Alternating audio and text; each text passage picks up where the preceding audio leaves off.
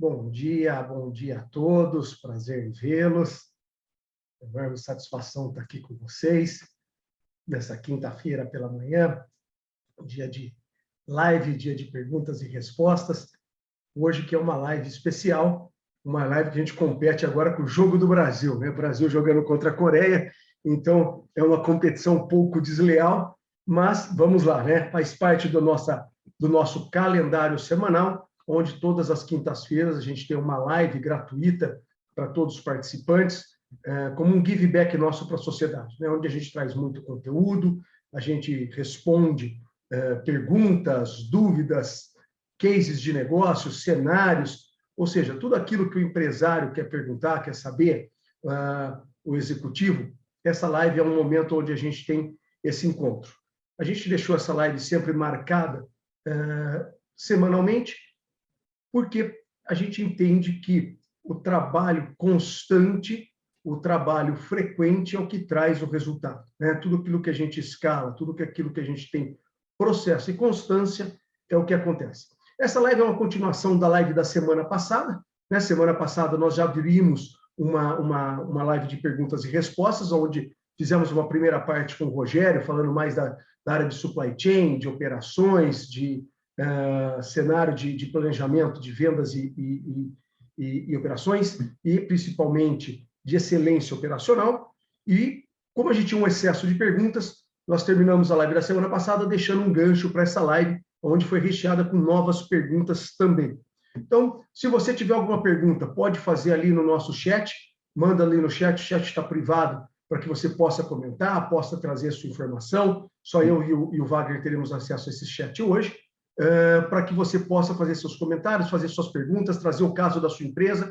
Pode trazer o caso de forma anônima, sem abrir o nome da sua empresa, se você quiser. Se você quiser abrir o nome da sua empresa, fique à vontade também.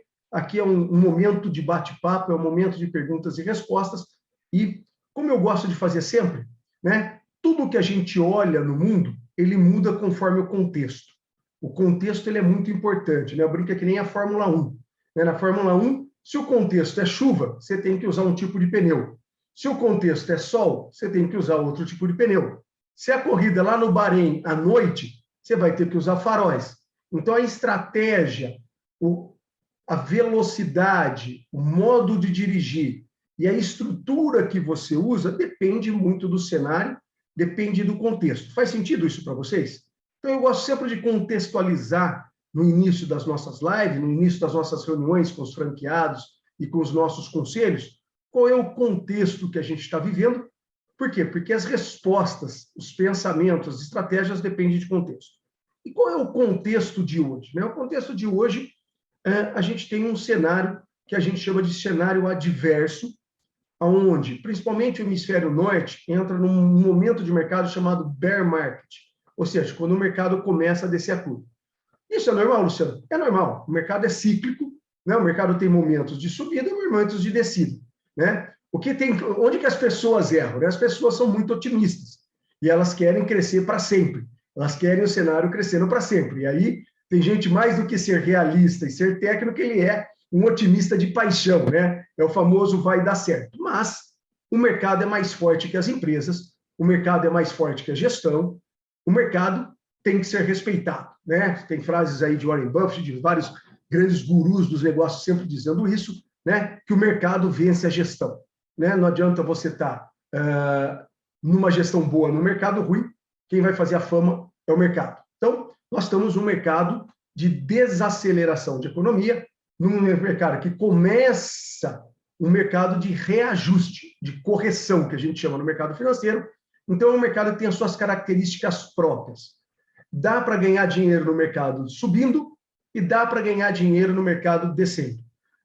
Especialmente a Vital Capital, ela foi projetada em momentos de crise, né? Quando a gente projetou ela lá em 1997 na Inglaterra, era um momento que o Brasil entrou em crise, porque lá teve uma desvalorização de dólar muito grande, do real em relação ao dólar, em 97 muito grande. A maioria de vocês acho que nem estava no mercado ainda, né? Essa é a vantagem de ser um dos velhinhos da sala, né? Porque a gente viveu isso. Então, para quem conhece esses mercados, vivemos isso depois na crise da .com, 2001, quando o mercado explodiu e teve a crise da .com. Depois vivemos isso em 2008, Mais uma vez, íamos viver isso durante a pandemia, o mercado reagiu colocando, os governos reagiram colocando muito dinheiro, e agora vem a ressaca do mercado, né? Uma hora o mercado ele tem que ser feita a correção. E agora começa o momento de correção.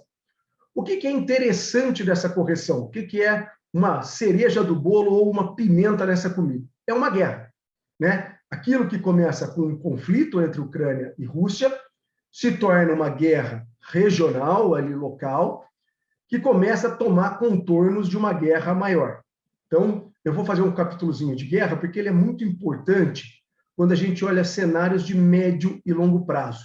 E às vezes as pessoas dão um desconto e tiram esse patamar da guerra dos seus planejamentos estratégicos. Eu vou dar um exemplo próprio. Dezembro, estávamos morando na Itália, quando a gente foi advertido que poderia vir a guerra pelo pessoal que cuida do nossa área de segurança, e avisou, veio uma guerra na Europa. Nós imediatamente não esperamos, nós reagimos e viemos ao Brasil com a família, nos posicionamos. Quem estava na reunião do dia 10 de janeiro lembra dessa reunião, onde falei, olha, veio uma guerra, veio um cenário adverso, se acontecer, as estratégias são A, B, C, D. Estratégia de liquidez, de não entrada do mercado, de não comprar ativos. Alguém está lembrado dessa? Levanta a mão para mim quem estava nessa reunião de 10 de janeiro. Legal. A gente se posicionou e tomamos uma visão de uma guerra de médio e longo prazo. Mas foi uma decisão do board, dos estrategistas da Vital Capital e dos nossos consultores. Acertamos. Esperamos, demorou um pouquinho mais para vir, né? No primeiro mês ela nem veio tão forte, 20 dias depois ela veio, ela começou como um conflito, entrou como uma guerra e ontem ela completou 100 dias. E quando ela completa 100 dias, a gente tem um panorama que eu gostaria de colocar ele para vocês, porque ele é muito importante no teu planejamento estratégico. Qual é o panorama que a gente enxerga da guerra? Obviamente não somos dono da verdade, ninguém é, né? Numa guerra onde tem um russo de um lado, a China do outro, Estados Unidos, OTAN, ninguém consegue ter previsibilidade, mas aquilo que é muito provável de se acontecer. Ontem, com 100 dias de guerra, Biden e a Alemanha, né, Estados Unidos e Alemanha, colocaram lenha na fogueira, jogaram gasolina na fogueira, segundo os próprios russos. O que é jogar a gasolina na fogueira? Anunciaram que vão colocar mísseis de médio alcance com alta precisão. Mísseis que atingem ali 90 quilômetros, ou seja, a Ucrânia vai ter capacidade de atacar a Rússia. Então, começa uma nova fase da guerra, onde foi apimentado também pela Suécia e a Finlândia entrando para a OTAN, pedindo para entrada na OTAN, e o mercado olha, e o mercado começa a precificar uma guerra de mais longo prazo. Então, começa a queda do mercado. Basicamente, aí entre 30% e 50% de queda do valor dos ativos, já no mercado internacional, olhando bolsas de valores. O que essa guerra está nos demonstrando? Que a gente vai ter escassez de comida no mundo, inevitável, porque Rússia e Ucrânia são grandes produtores e grandes exportadores. Nós vamos ter uma crise de energia, porque Rússia é um grande exportador de petróleo, ou seja, de energia, e a gente já vê isso subindo, né? A gente fala em duas faixas do petróleo, numa faixa que é o que ele está girando, entre 100 e 120 dólares, e tem a faixa mais vermelha ainda, que se a guerra se acentua, ele vai na faixa ali de 120 a 140, 150 dólares. Mas ainda acho que vamos falar no mês de junho, se nada acontecer de mais grave, continua nessa faixa. O que o mercado sente? O que os estrategistas de guerra, os generais começam a sentir, para quem tem contato com generais, amigos aí de caserna, tenho aqui alguns amigos de caserna aí, né? O mercado começa a precificar uma segunda coisa, que é a potência da Rússia. O exército russo está bagunçado, está desmoralizado, não conseguiu ganhar da Ucrânia, né? Se não ganha da Ucrânia, você vai ganhar de quem? Essa é a pergunta que a OTAN começa a fazer. Começa a ter um exército cansado, as suas reservas sendo consumidas, e começa uma pergunta na cabeça da OTAN. Será que não é hora de destruir a Rússia? Será que não é hora de pôr um fim nisso? Então, a gente vê que parece que o movimento é para esse caminho. Opa, vamos aumentar a potência e vamos começar a colocar mais pressão na Rússia. Então, vamos avisar que o gás dele, a partir de dezembro, a gente não consome mais, nem o petróleo. Vamos colocar mísseis de médio e longo alcance lá dentro. E aquilo que a Rússia está lutando sozinha contra a OTAN, contra o mundo, ela já está há 100 dias em guerra, com a tropa desmoralizada, seus recursos estão sendo consumidos. Então, me parece que dentro dos cenários de estratégia, vocês sabem que eu tenho formação militar, né? A gente tem a estratégia da ampulheta. O que é a estratégia da ampulheta? Quando o mercado está a seu favor, quando a estratégia está a seu favor, você deixa o tempo jogar a seu favor. A ampulheta está a favor do mundo ocidental e está contra a Rússia. Cada dia que passa, a Rússia está mais pobre. Cada dia que passa, a Rússia está mais desmoralizada. Cada dia que passa, o emprego das suas forças está mais fraco. Faz sentido isso para vocês? Então, olhando uma estratégia de guerra, é uma estratégia de guerra que deve se alongar, porque o alongamento dela é vantajoso para o Ocidente. O alongamento dela pode derrotá-la, porque ela já saiu ferida da Ucrânia. Se não ganhou da Ucrânia, como é que vai ganhar do resto do mundo? A única resposta é aquilo que eu já falei em outras lives: aumenta e muito o risco de uma guerra nuclear. E isso tem que começar a contar no cenário seu de planejamento estratégico, no cenário das empresas. Se vem uma guerra nuclear, qual é o playbook? Qual é o modelo de ação para isso? E isso eu recomendo que comece a constar aí com 30%, 40%, vai entre 20% e 40%, na faixa de 30% como probabilidade de ocorrer, né? A não ser que derrube. Uma guerra ela só acaba de vai de 3 formas, né? Número 1, com a morte. Então, ou mata-se o Putin, é um jeito de terminar a guerra. Número 2, com uma rendição, o Putin se render, ou a Ucrânia se render. E número 3, com um golpe militar, onde se tira o líder do poder. Me parece que o Putin não é o cara que vai se render, né? Quem conhece um pouco da história dele, a história de KGB, não é o cara que tem o perfil de que vai se render. A morte dele, só por uma guerra nuclear, senão muito difícil. Começa a se juntar aí, então, às vezes até uma questão de uma queda de poder, como ocorreu em outros regimes, porque os bilionários não estão conseguindo aproveitar o seu dinheiro, a população vai se empobrecendo, o cara vai se enfraquecendo. Mas não é claro ainda qual o cenário. Ainda me parece que é um cara que lutará até a morte. Faz sentido para vocês isso? É um cara que se preparou para isso durante a vida toda dele, de KGB, de serviço secreto russo. É um cara que está preparado para ir até o final, e é isso que tenho como cenário. Dado esse cenário, como é que isso se repercute nas empresas, como é que repercute na tua vida?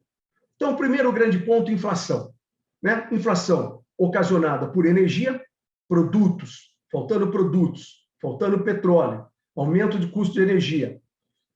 E a questão segunda, que é a questão do supply chain, caindo por causa da Covid na China.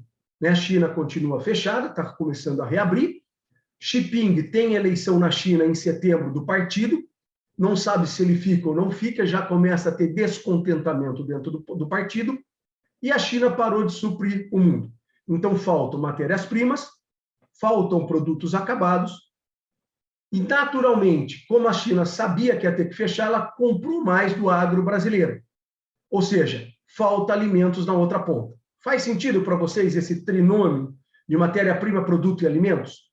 Então, a gente entra no momento mundial, não é brasileiro, mundial, de escassez, de queda de disponibilidade.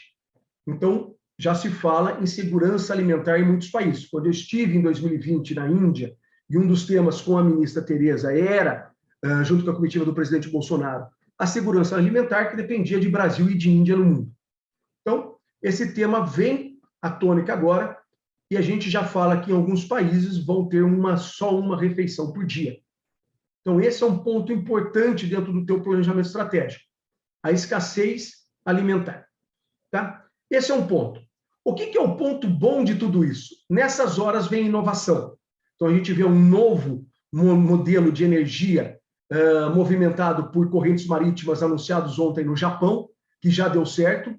Então, você vê, vai muitas novas inovações. É um momento que a escassez traz inovação. A escassez traz novos modelos de negócio. Ou seja, você tem uma modelagem nova e uma ruptura de modelos antigos. Faz sentido isso para vocês? Legal. Então, a parte boa, vem inovação pela frente, motivado por escassez. O que vai acontecer também? Juros subindo no mundo todo. Juros subiu no Brasil, saiu de uma Selic 12 para uma Selic 13, que isso torna qualquer negócio praticamente inviável do ponto de vista de retorno financeiro. Né? Começa aquele famoso, para quem é mais velho, como eu, né? O famoso chamado ciranda financeira. Né? Quem é que não conheceu a ciranda financeira, procura no Google, que a gente já faz parte do livro de história, e isso deve voltar no mundo, onde o mercado financeiro às vezes é mais interessante que o mercado produtivo. Então, os juros impactam o preço, impactam o capital de giro das empresas, então, cada vez mais o caixa se torna vital, liquidez se torna vital. As empresas que não tiverem liquidez vão ter que passar por reestruturação. E aí entra um outro ponto, que é a mexida no valuation nessas empresas. Todos os valuations são, a maioria deles, não vou falar todos, mas a grande maioria, tem um decréscimo de valuation das empresas. O que faz com que todas as empresas, de A a Z, de Tesla, e vou comentar de Tesla daqui a pouco, vão precisar renovar, refazer o seu business plan. Vão precisar ter mais de um business plan na gaveta, né, para diferentes cenários. Se acaba a guerra, se a guerra se prolonga, se a guerra se intensifica. Se a China aumenta o Covid, se a China diminui o Covid. E aí são fatores que independem da tua empresa, independe se você é um bom gestor ou não, se você é bonito ou não, se você é gordo, magro, alto ou baixo, é cenário, é mercado ditando regra. E as regras de mercado são muito poderosas. É uma correnteza muito poderosa. Para quem gosta de velejar, é aquele momento que a gente fala, em momento de tempestade, não isse as velas. Você pode quebrar seu mar, você pode circular muito forte, você pode navegar muito rápido, mas você pode quebrar as velas também. Então, é um momento onde a maioria dos investidores entra em momento de cautela. Tá? E aí a gente entra naquilo que a gente está chamando, e dentro do nosso business plan, quem tem participado de conselhos comigo, das reuniões comigo, das empresas que nós somos conselheiros, terminou o primeiro trimestre do ano, entramos no segundo trimestre, entramos hoje agora em junho, no finalzinho do segundo trimestre, e o mundo adere de vez ao chamado pós-pandemia. Ou seja, acabou o online, né? Inclusive, o homem mais rico do mundo, né? Elon Musk, deu esse recado ontem, claro, para todo mundo no Twitter. Quem não quiser voltar a trabalhar 40 horas por semana fisicamente na fábrica da Tesla, sem problema nenhum, procure outro emprego. Essa parece a tônica do mundo, a volta do presencial. Hotéis lotados, aviões lotados, salas de eventos lotadas. Então, a gente entende, dentro de um cenário, que também o híbrido começa a murchar. Você vai ter uma parte feita. Não vamos falar que quando a gente chegou a ter praticamente 100% no online, depois ele caiu para 80%, o mundo acreditava que ia ser 50%, 60%, 2 dias na empresa, 3 dias em casa, e agora começa o recado das empresas, dos bancos, de olha, não, volta para a fábrica, volta para o escritório, e parece que essa é uma tendência para o segundo semestre desse ano. Parece que os grandes líderes, parece que os CEOs começam a entender que a questão da cultura, da performance, vai necessitar estar presente. Inclusive, o Rogério não está nessa live com a gente, porque ele foi convidado e convocado para uma reunião de board lá em Nova York, presencial, e ele teve que se deslocar agora de manhã para Nova York para essa reunião. Não pôde participar aqui. Reunião que normalmente ele fazia online. Então, a gente vê uma transição da necessidade de escritórios, da necessidade... Então, provavelmente, e aí aqui a gente já começa agora nas perguntas da live, né? A gente vai entrar no momento onde real estate começa, o mercado imobiliário começa a ter pujança de novo. Talvez comece a migrar da casa da praia, da casa do campo, voltando a comprar escritórios e alugar escritórios. Faz sentido para vocês? Talvez esse seja um momento de virada. Se você quer ganhar dinheiro, esse é o momento de virada. Então, as pessoas estão vendo que elas vão precisar estar mais próximas, que o cenário está mais difícil, ela vai precisar se reunir mais, vai precisar trabalhar mais. Então, provavelmente, num bear market, você vai ter um downgrade de escritórios, a empresa que estava lá numa laje De 1.000 metros vai para um escritório de 500, de 500 vai para o de 200, de 200 vai para 100. Num movimento de downgrade, mas num movimento de reurbanização, das pessoas saírem desse sabático de pandemia, né, de trabalhar em casa de bermuda e chinelo, e ter que colocar terno e sapato novamente. Me parece, sentindo Europa, sentindo Estados Unidos, sentindo Brasil, que o movimento começa a ir para esse lado. Quando a gente começa a olhar o trânsito começa a ficar mais cheio novamente, apesar do custo de combustível. Então, isso me parece ser um movimento que chegou, o pós-pandemia, que ele vai ser sucedido, e aí é um grande ponto, ele vai ser sucedido pelo pós-Ucrânia. Então, vai se emendar, né, uma bituca na outra. Aquele cara que fuma um cigarro acendendo numa outra, nós vamos emendar pandemia, nós vamos emendar com Ucrânia. Então, a gente vai terminar uma transformação e já estamos iniciando a próxima. É aquele mercado, para quem já assistiu às minhas palestras, se você não assistiu, vai lá no YouTube, que tem muita palestra falando do Always Beta, onde o mercado é extremamente dinâmico, extremamente volátil, e mal termina uma era, já começa a outra. Então, mal terminou uma onda, né, a onda da pandemia, e a gente já entrou na onda da guerra. E provavelmente, nos próximos 6 meses, um ano, rezo para que seja isso, ou até menos, a gente entra num pós-guerra, num pós-Ucrânia. Faz sentido para vocês? Você vai ter que transformar o teu business plan, você vai ter que transformar a tua empresa, você vai ter que transformar de novo no próximo trimestre, no último trimestre do ano, ou seja, se prepare para muito trabalho, para muito dinamismo, para muita guerrilha, para mercados incertos, para mercados voláteis, para mercado que cada mês é uma história, cada semana é uma história. Faz sentido para vocês isso ou não? Né? Quando você olha as grandes empresas, vai lá, puxa um gráficozinho, põe no Google lá, Stock Price Apple, você vê que ela caiu quase 50%, coloca lá preço da Tesla, preço do Bitcoin, né? Você vê que já deu essa desafogada de quase 50% nesses preços. As casas americanas vão ter que desafogar, o americano fica mais pobre, mas ele não fica mais pobre, ele volta ao que ele era. Está se voltando ao índice pré-pandemia. Se você olhar os gráficos, ele deu uma bolha da pandemia, a bolha da pandemia está se dissipando. O grande ponto é que quando uma bolha dissipa, ela pode passar um pouco para baixo. Ela pode voltar até 2018, 2017, 2016. Por enquanto, ainda está no pré-pandemia. Fez sentido esse cenário? Então, se prepare para rever o seu business plan todo mês, rever sua valuation todo mês, rever a sua estratégia toda semana. Toda semana. Essa é a minha recomendação. E aí, vamos lá. Perguntas aqui. E se você quiser pôr pergunta, estou vendo que já estão pipocando perguntas, vamos interagir. Primeira pergunta que veio já da época antiga ainda, das perguntas sem ser as novas.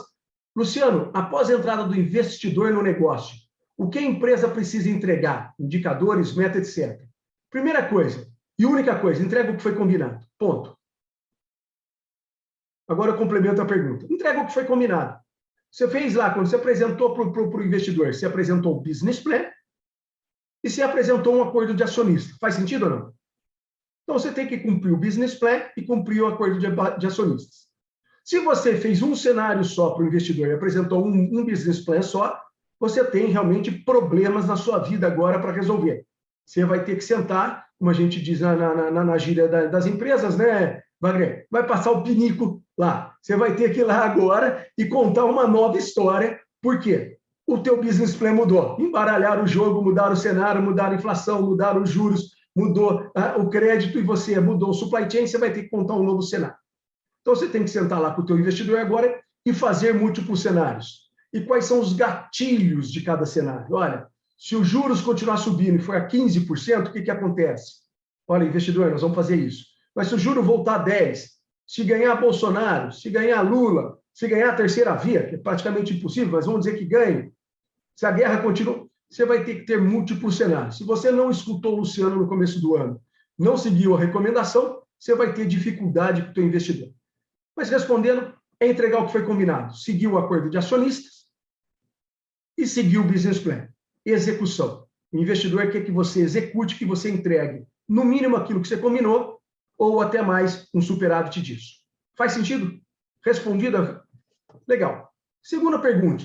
Existem diferenças entre o investidor nacional e internacional? Existe. Existe bastante. Eu vou falar mais do investidor americano, para a gente não alongar demais a live, tá? Mas é o primeiro foco do investidor. O foco do investidor brasileiro versus o foco do investidor americano ou europeu. O brasileiro ele tem um foco muito mais de curto prazo, ainda de uma memória inflacionária, né? A gente pensa muito no mês, né? O americano pensa no trimestre, pensa no ano, às vezes pensa até em 5 anos, quando a gente fala em valuation. O brasileiro, ele olha ali basicamente o mês. Né? Quando a gente olha o europeu lá, o inglês, ele olha a semana. Ele tem até uma visão diferente, né? Ele trabalha muito mais por semana, os pagamentos são por semanas, até por uma característica histórica da Inglaterra. Mas se vamos pegar os Estados Unidos, ele olha muito mais o trimestre do que o mês, então o quarter é muito mais importante. O investidor estrangeiro tem uma visão de mais longo prazo. A segunda coisa, o investidor estrangeiro tem mais um bolso maior. Por quê? Porque ele tem diferentes rodadas. Ele tem um investidor sempre acima dele, né? Eu brinco, sempre tem o mais rico que o rico, né? Por mais que você seja o mais rico dos Estados Unidos, tem um grupo, um fundo que vai ser mais rico que você. Então, você tem sempre uma saída para cima para fazer. O que muitas vezes não ocorre aqui no Brasil. O investidor enrosca porque ele não tem saída, ele não tem para quem passar o negócio. E existe uma maturidade de mercado de capitais americana ou europeia muito maior do que a maturidade de mercado de capitais brasileira. Então, aqui o brasileiro ainda pensa como pessoa física do investidor, né? Como family office, como empresa familiar. Os Estados Unidos já são corporativos, são milhões de investidores, é um mercado mais maduro. Então, a visão é muito diferente, o jeito de colocar dinheiro é muito diferente, o jeito de avaliar a estratégia, de avaliar a valuation. Por isso que eu gosto da internacionalização. Por isso que eu sempre recomendo, para quem está na nossa mentoria, na nossa consultoria, ou das empresas que eu sou conselheiro, sócio ou co-CEO, que parta para uma internacionalização. O Brasil representa só 2,5% do PIB mundial. Então, se você só vende no Brasil, só opera no Brasil, você está operando lá na unha do dedinho, né? Em 2% do mercado. Não dá para dizer que você está no mercado, né? Você está só no Brasil, você está fora do mercado mundial. Você pode até tirar férias na Disney, passear em Nova York, ir para Milão, tomar um sorvete, mas você está fora do mercado se você só opera no Brasil. Faz sentido até aí? Bacana. Então, essa é a grande diferença. Maturidade, níveis de investimento, visão de longo prazo, tamanho do bolso. O mercado americano, muito melhor e muito mais pujante que o mercado brasileiro. E as empresas brasileiras têm uma grande oportunidade, porque um americano, na minha opinião, com todo aquele cenário que eu dei negativo, que pode ocorrer de bear market, o dinheiro chamado dos BRICS, Brasil, Índia, China, Rússia e África do Sul, deve migrar, na sua grande maioria, na sua vasta maioria, para o Brasil, porque ele se torna o país mais estável de todos esses instáveis. Ponto 1. Ponto 2. O Brasil, por mais que tenha guerra, vai ser muito pouco influenciado pela guerra, muito pouco influenciado pela escassez alimentar. Vai subir preço, porque o estrangeiro vem comprar, mas aqui a gente tem produção. Nós temos um clima, um agro forte. Nós produzimos praticamente tudo, com exceção de trigo e de semicondutor aqui dentro. E creio que a gente vai ter uma reindustrialização, aí já é previsão vital, né, do Brasil e do México.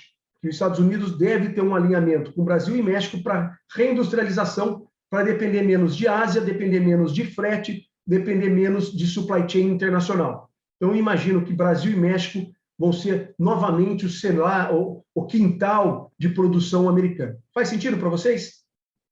Então, veja que um alinhamento, se a sua empresa se alinha com empresas americanas, a tua chance de prosperar, crescer e pegar uma onda positiva num mar negativo é muito grande, tá? Então, penso dessa forma e ajo dessa forma nos nossos negócios. Estamos lá com uma rodada de investidores em Nova York, estamos em due diligence, fazendo alinhamento internacional. Estamos fazendo novos pilares, que eu vou até falar no final dessa live, fazendo alinhamentos internacionais. Luciano, para um plano financeiro multianual com diferentes cenários, quais índices e indicadores não podem ser desconsiderados, ou seja, são vitais? Eu acho que assim, quando a gente fala em mercado plano plurianual, né? Quando a gente tem, por exemplo, a gente tem na Vital Capital um plano de 30 anos. Então, a gente tem uma visão muito longa de mercado. Então, quer dizer, se a gente volta um mês, um passo para trás, né? Às vezes você tem que atravessar um rio, você tem que dar 2 passos para trás para desviar um obstáculo para ir para frente. Se você tem a sua visão mais longa, você entende que aquilo não é um passo para trás. Ele é uma manobra estratégica. Né? Agora, se você tem a visão curta, parece que acabou o mundo. Né? Então, quem está lá no Bitcoin perdeu metade, parece que acabou o mundo. Não é nem tão bom como eu achava que era, nem tão ruim como está. O Bitcoin é mais um ativo para você ter na sua carteira se você quiser ter. Agora, quem achou que ia ficar rico só com Bitcoin, né, vai passar um susto aí, tá com frio, né, frio na barriga, dor de barriga, né, lá sentado no banheiro chorando essa hora, né? Perdi a minha aposentadoria que eu achei que eu ia aposentar eternamente. Então, o principal cenário é o cenário externo. O que vai acontecer no mundo? O que pode e como eu posso reagir? Quais são os índices que eu acho que você tem que olhar? Primeira questão, tendência de inflação. Dentro do mundo, dentro do teu cliente, dentro do teu fornecedor e dentro da tua empresa. Por quê? A inflação para o teu cliente é diferente da inflação para o teu fornecedor, que é diferente da inflação para a tua empresa. Então, olha nessa cadeia que a gente chama de end-to-end, até uma pena o Rogério não poder estar aqui, na próxima live eu peço para ele comentar, que é do ponto de início, lá da tua cadeia de matéria-prima, até o teu cliente final. Porque a inflação e os juros vai se comportar diferente para cada um. Faz sentido ou não? Então, esse é um ponto importante. Segundo ponto, juros. Também vai se comportar diferente para quem está capitalizado e para quem não está. Né? Se você está com um momento de liquidez, o mercado é maravilhoso caindo. Cada dia você fica mais rico. Se você está comprado, cada dia você fica mais pobre. Faz sentido ou não? Então, aquilo que eu falava lá atrás, fica líquido e não entra. Né? Quem lembra aquela live de 10 de janeiro, foi fica líquido e não entra em nada. Espera. Né? Trouxe cara aqui do mercado financeiro, não vai ter guerra, entra. Lembra? O cara falou aqui, não vai ter guerra. Teve a guerra, tá lá. Ainda falo. Não é hora de entrar ainda. Já começa a dar alguns pontos de entrada, quiser entrar em alguma coisa seletiva, eu ainda estou líquido. Vou esperar um pouco mais. Posso pagar um pouquinho o preço subir, mas eu ainda acho que piora antes de melhorar mercados. Então, juros. Outro ponto importante no médio e longo prazo, plano plurianual, multianual, geopolítica. Quem vai se aliar com quem briga com quem? E isso começa a ter 4 grandes blocos no mundo, tá? Um bloco chamado Ásia, que aí você já vê um alinhamento entre China, Índia e Rússia começando a acontecer. Um bloco chamado, não vou nem colocar, mas vou pôr, OTAN, dividido em Europa, Estados Unidos e Canadá. Então, a Europa se comportando em um caminho, Estados Unidos e Canadá se comportando em outro. Um bloco aqui, América Latina, México, Brasil, toda a América Latina. E um bloco muito importante, que a China já dominou, mas nós brasileiros, aí quem está no Brasil hoje nessa live, presta pouca atenção, que é a África. A África deve ter um desenvolvimento muito grande nas próximas 3 décadas. Então, para quem olha um plano de 30 anos, estar na África vai ser vital. Né? O que foi estar na Ásia nos anos 90, nos anos 2000, 2010, isso daqui se desloca para o mercado de África. E, naturalmente, o mercado brasileiro, eu acho que é um mercado de grande oportunidade. Acho que é um mercado que vai se industrializar, é um mercado que vai sofrer com guerra, mas entre todos os mercados, um dos que menos vai sofrer, que é o que a gente assistiu na nossa Bolsa Brasileira. Ela é resiliente. O nosso dólar, né, caindo aqui, então o nosso real se valorizando. Então, a gente vê que o mercado está resiliente brasileiro. Claro que pode passar mais um sufoco, mas vejo que é um mercado resiliente. Outro ponto importante no plano multianual, legislação. Tudo que é canetada de governo vai mudar, seja na área de energia, na área de transporte, na área de saúde. São todos mercados muito sensíveis à legislação. Para quem já está mais tempo comigo, me acompanha mais tempo, ou quiser ir lá no YouTube, vai assistir, quando a gente fez um programa, junto com a vice-presidência da Harvard, de fintechs. E o grande ponto da fintech é a legislação. Uma canetada mata o Bitcoin. Uma canetada transforma o Bitcoin em ilegal. Então, eu sempre recomendei na carteira, eu não tenho Bitcoin, não tenho criptomoeda, e sempre falei, é um grande risco. Tem gente que acha que não, mas eu acho que é um mercado muito suscetível à legislação. Como acha a energia solar? Muito suscetível à legislação. Uma canetada, aquele painel que você tinha na sua casa lá, que não paga energia hoje, vai pagar impostos amanhã, que já é o que acontece, por exemplo, na Espanha. Então, coisas que vão mudar o mercado em 4, 8, 10 anos, multianual, legislação é um deles. E um outro é concorrência, né? Principalmente a concorrência não prevista, os novos entrantes no seu mercado. Né? Quando a gente fala na área de saúde, por exemplo, a Amazon vai ser um player de saúde, a Apple já é um player de saúde, Google vai ser um player de saúde. Ou seja, você começa a ter novos players que você nem imaginava que entram. Como o pessoal de tecnologia virou um player na área de distribuição, né? iFood na área de motoboys, Uber na área de transporte, caras que você nem imaginava que existia há 10 anos, hoje são grandes players e dominam o mercado.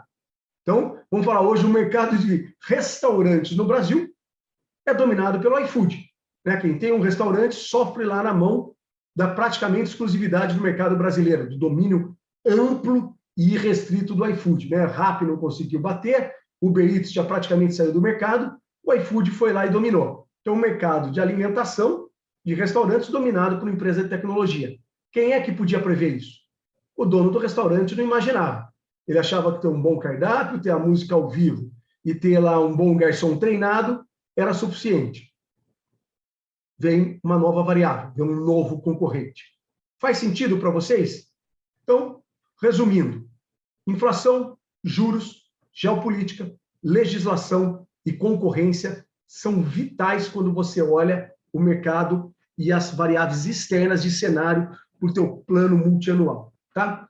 Vou parar as perguntas aqui que eu tenho aqui na casa ainda e vou fazer alguma pergunta do pessoal que está participando. Deixa eu pegar aqui uma pergunta. Bacana, uma pergunta que é bem interessante, bem polêmica aqui, que o Lucas Ariel me joga na fogueira, né, Lucas? Obrigado por jogar, né? Igual o Biden jogou fogo antes, já aproveitou e me jogou junto aqui, né? Bom dia, Luciano. Lucas Joinville aqui, prazer, Lucas. Quais seriam os cenários pensando na eleição brasileira, né? Se Bolsonaro ou Lula ganhar, o que acontecerá? Bacana. Bom, Lucas, eu acho que muito pouca coisa, tá? Não vejo hoje, na maturidade do mercado brasileiro, que alguém vai ser capaz, seja Lula ou seja Bolsonaro, de promover grandes reformas, de promover mudanças radicais de mercado, tá? Eu acho que o mercado brasileiro é um mercado já muito resiliente, um mercado muito maduro, a economia já praticamente deslocou, já descolou da política. Antes, né, aparecia um escândalo da política, mudava a economia. A turma vê que hoje vai escândalo, vem escândalo, cai presidente, volta presidente, vai preso, sai da cadeia, põe tornozeleira, tira a tornozeleira, é vida que segue. Faz sentido esse ponto de vista, Lucas?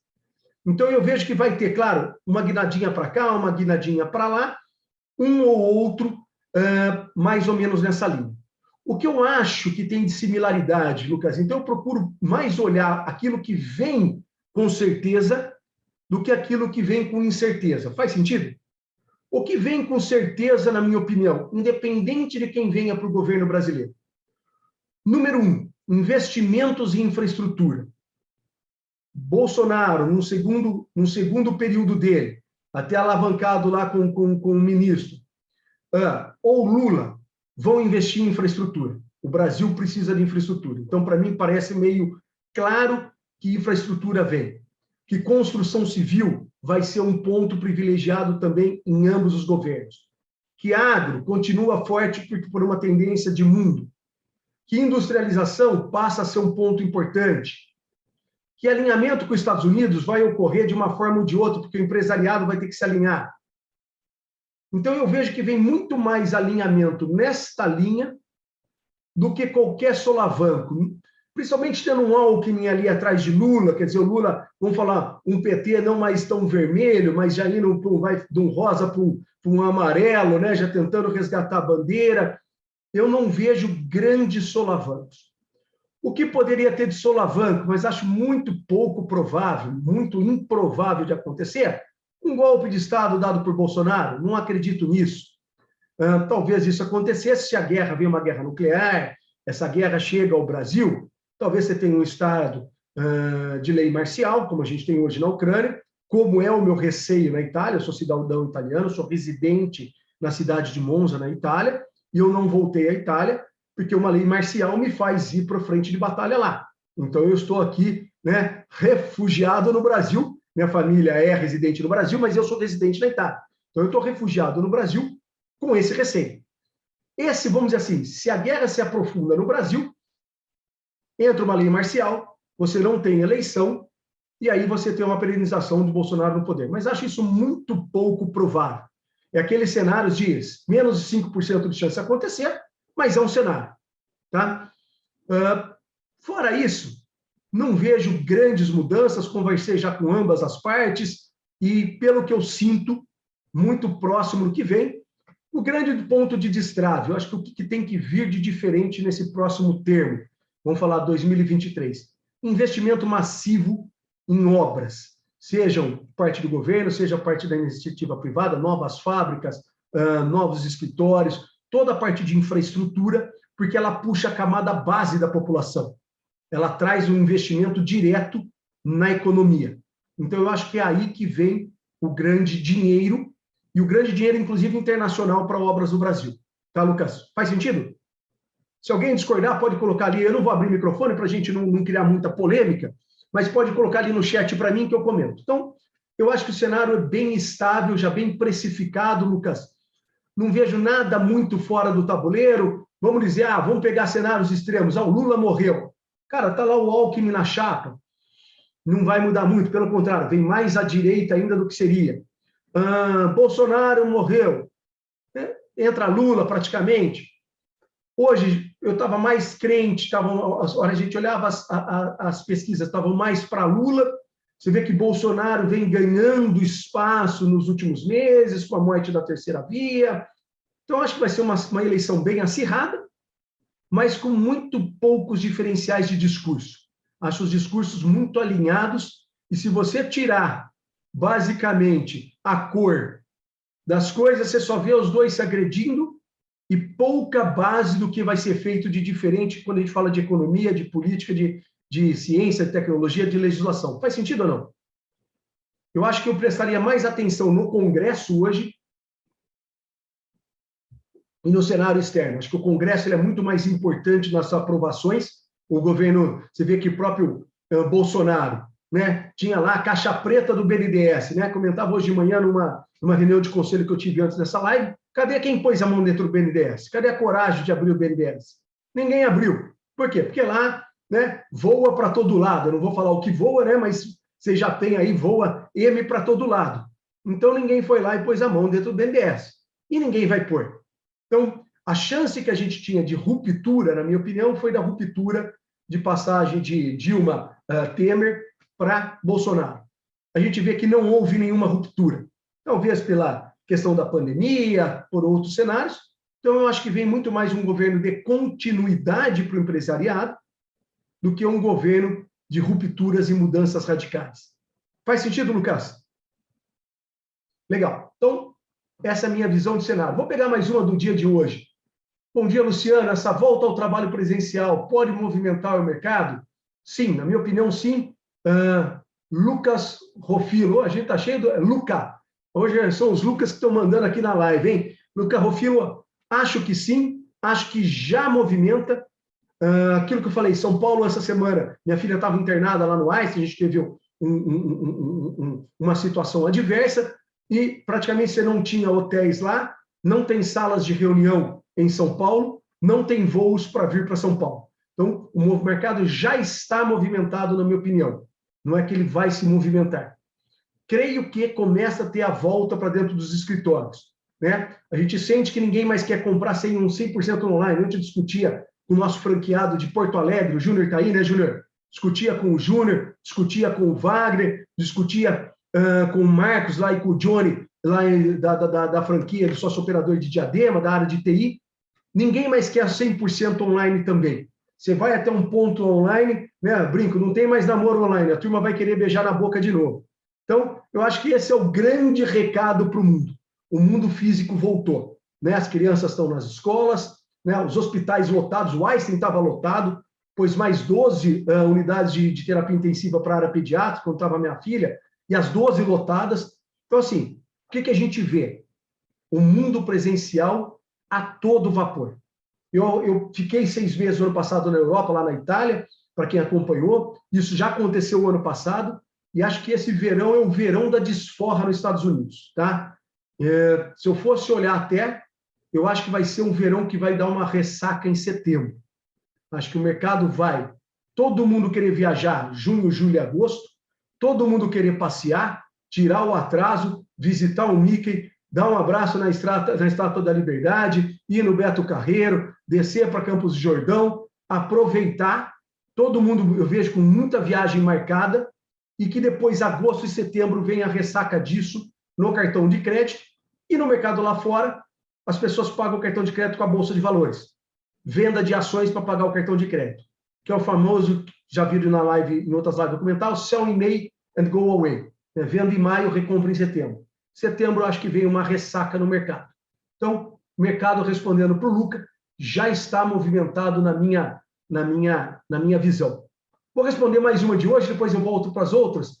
O Murilo, né? Murilo, que é o nosso sócio operador, franqueado lá em Joinville e Curitiba, e que está na formatura da filha lá na Califórnia, né, Murilo?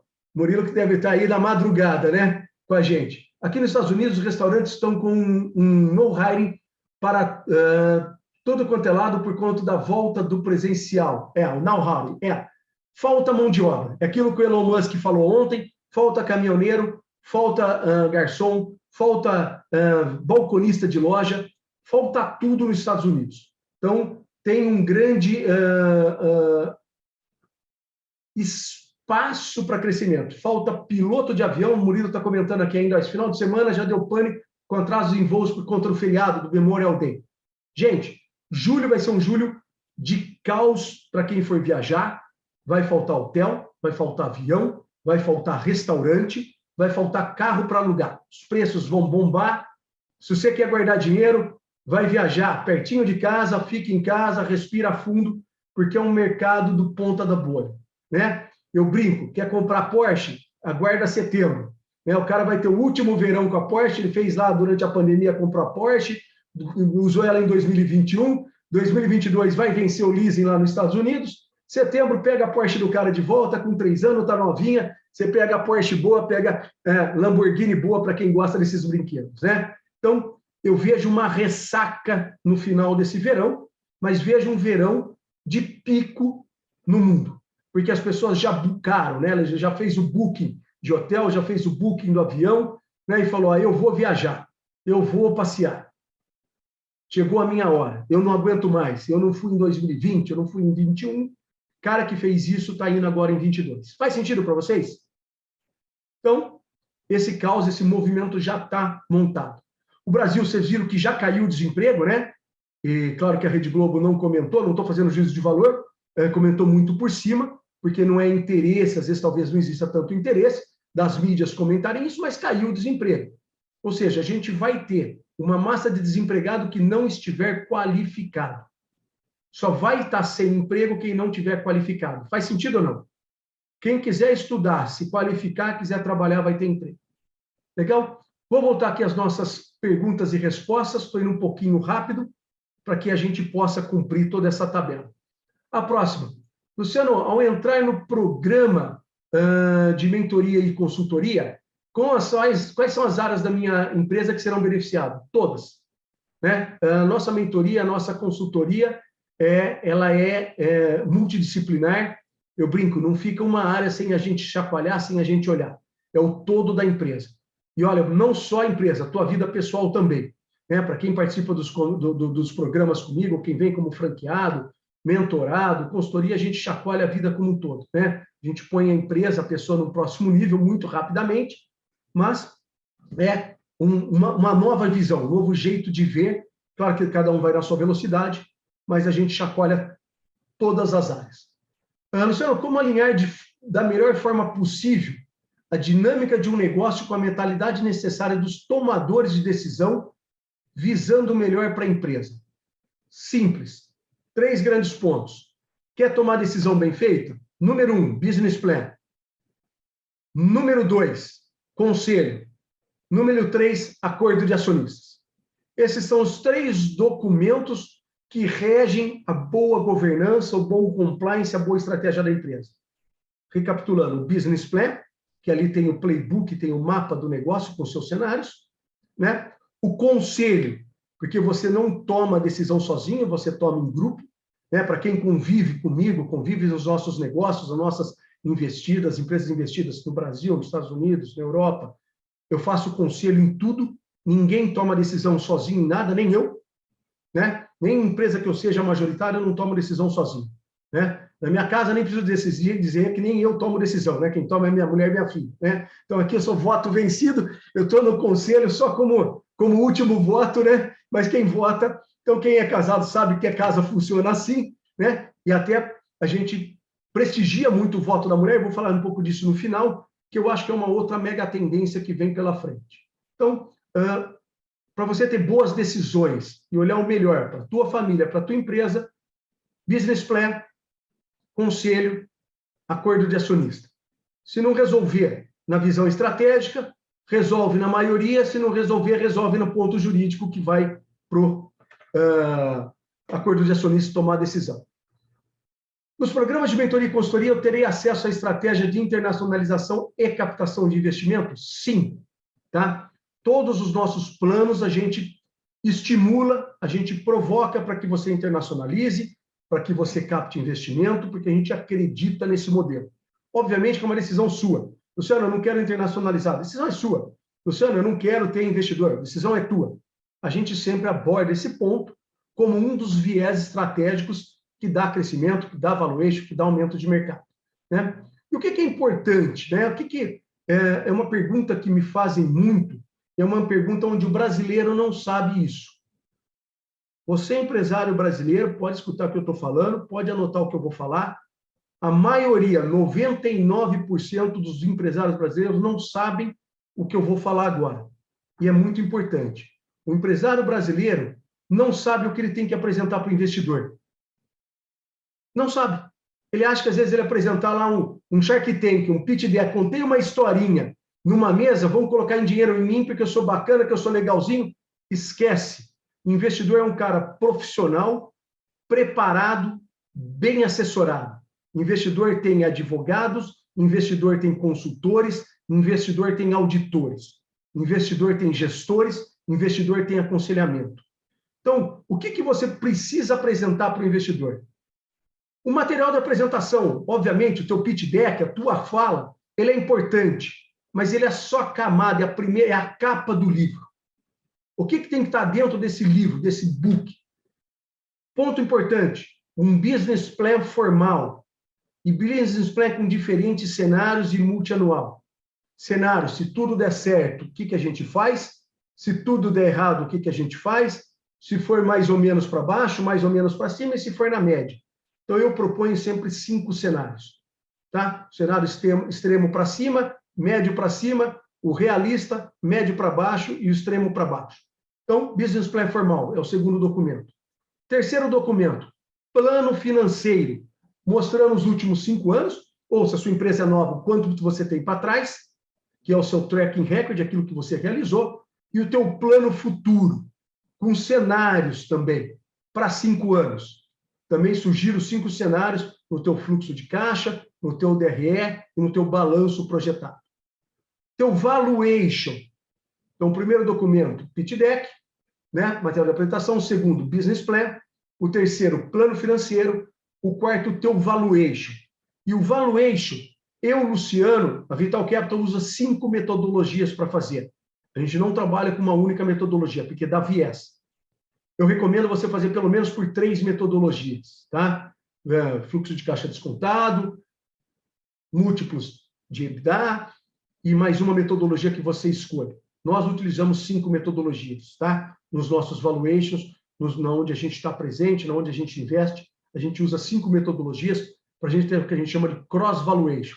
ou seja, valores extremos, valores médios, o que está se pagando bem, o que está se pagando média baixa, média alta. Então, esse é o quarto documento. O quinto documento, acordo de acionistas. Se você não tem um acordo de acionista, o novo acionista vai fazer para você. Tá? E quando ele faz, a pegada, a mão pesa mais. Então, tenha um acordo de acionista pronto. Outro documento, seus últimos 5 balanços, né, da sua empresa. 5 balanços para trás. Se tiver auditado, melhor. Se não tiver auditado, ok. E, inevitavelmente, o data room.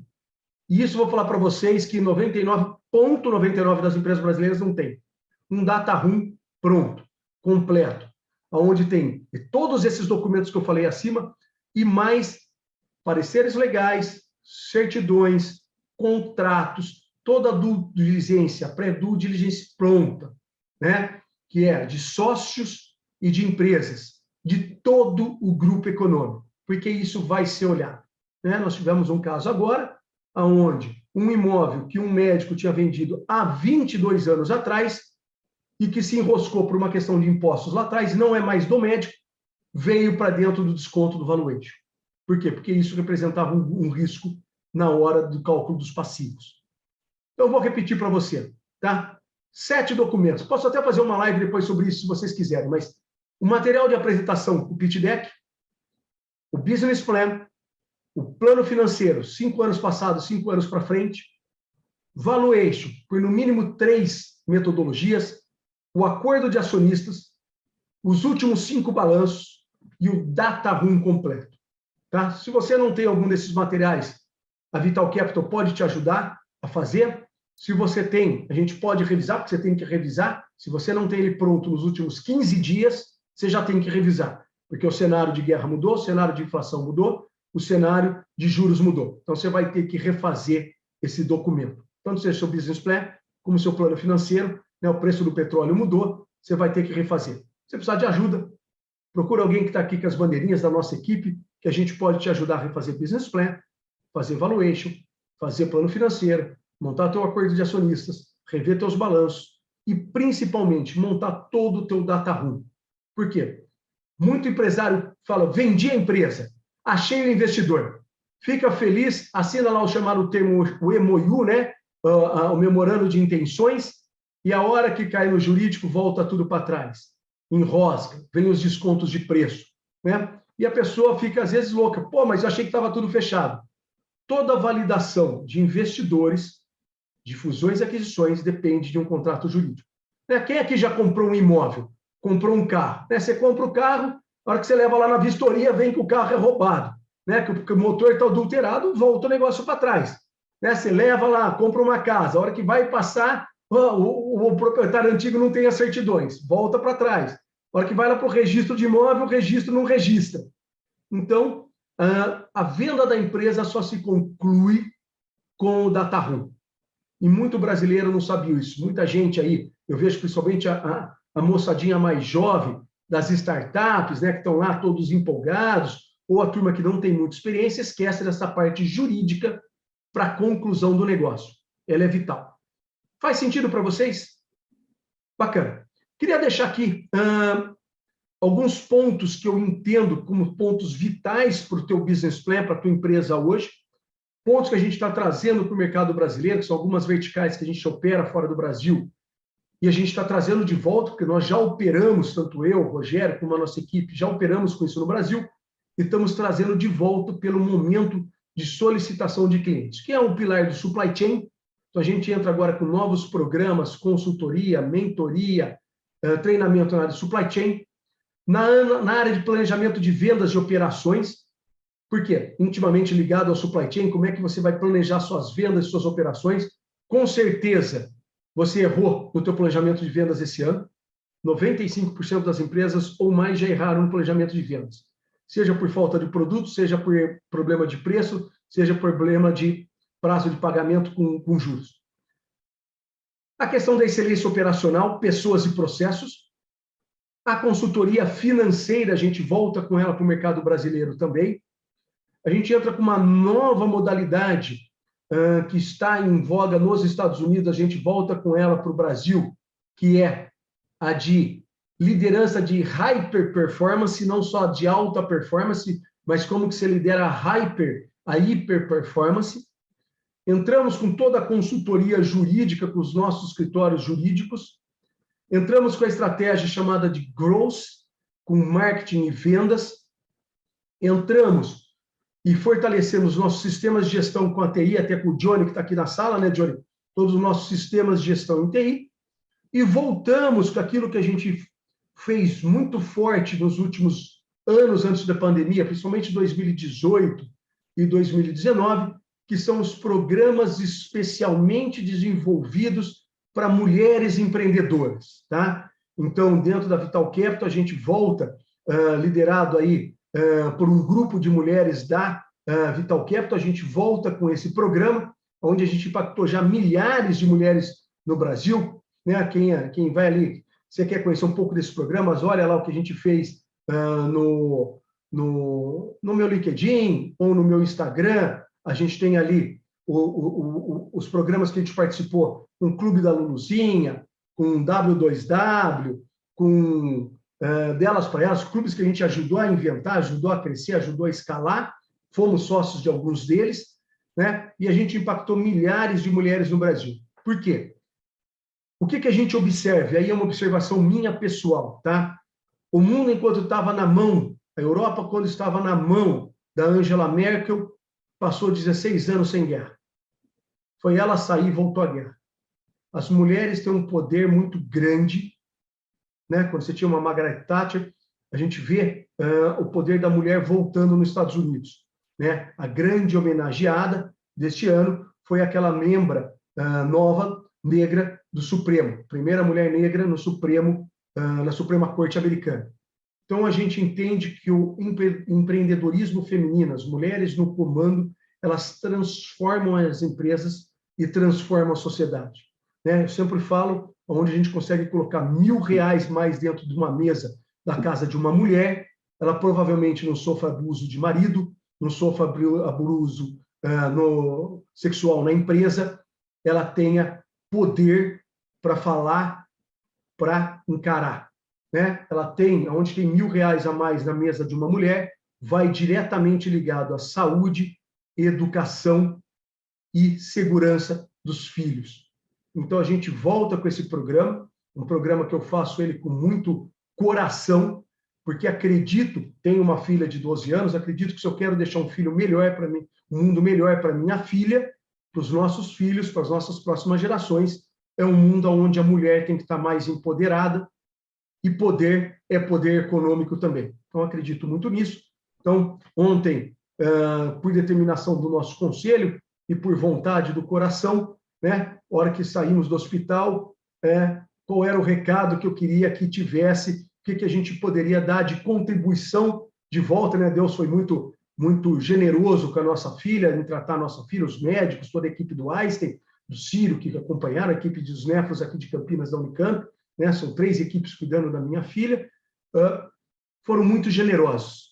E a pergunta que eu fiz para o meu conselho, eu fiz para a minha, como é que a gente podia dar um give back para a sociedade? O que a gente podia contribuir? E a hora que a gente vai no hospital, né? Para quem já passou ali, a gente passou aí 6 dias dentro de uma sala lá de UTI, basicamente são mulheres, né? São enfermeiras, são médicas que estão tocando aquelas operações. E isso até me embarga a voz, me enche o olho de lágrima, ver o quanto aquela figura da mãe, a figura da mulher é importante na nossa vida, nos momentos críticos, é importante na sociedade. E o que veio de recado para a gente durante a pandemia, por não ter mais a questão do presencial, a gente se distanciou desses programas mais femininos. Até comentava com o pessoal da 300, a nossa franquia se tornou uma franquia muito masculina e não é a veia que a gente acredita. Não que os homens sejam importantes, são fundamentais, obviamente, esse equilíbrio de poder, mas empoderar as mulheres e trazer esse poder mais forte para a sociedade é um dos objetivos da Vital Capital, meu pessoal também, Luciano. Então, ontem à noite, fiz uma convocação de quem das nossas mulheres se engajaria nesse projeto, e agradeço já a prontidão da Simone, da Flávia, da Sara, da Camila, da Cris, da Carla, em se dedicarem, se colocarem à disposição imediatamente a encampar esse projeto, a encabeçarem esse projeto dentro da Vital Capital, para que a gente possa trazer saúde financeira, saúde mental, saúde de uma forma geral para dentro dos lares através das mulheres. Então, a gente começa também essa jornada com um pilar de mulheres